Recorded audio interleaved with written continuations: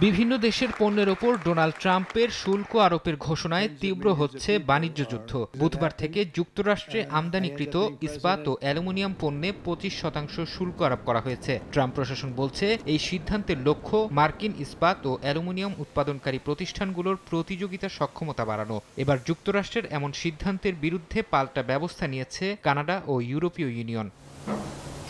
ইউরোপীয় কমিশন ঘোষণা করেছে, আগামী মাস থেকে তারা যুক্তরাষ্ট্রের $2,800 কোটি মূল্যের পণ্যে পাল্টা শুল্ক আরোপ করবে। এই শুল্ক আগামী মাস থেকে কার্যকর হবে। অন্যদিকে যুক্তরাষ্ট্রের ইস্পাত ও অ্যালুমিনিয়ামের সবচেয়ে বড় সরবরাহকারী কানাডা $2,000 কোটি মূল্যের পাল্টা শুল্ক ঘোষণা করেছে।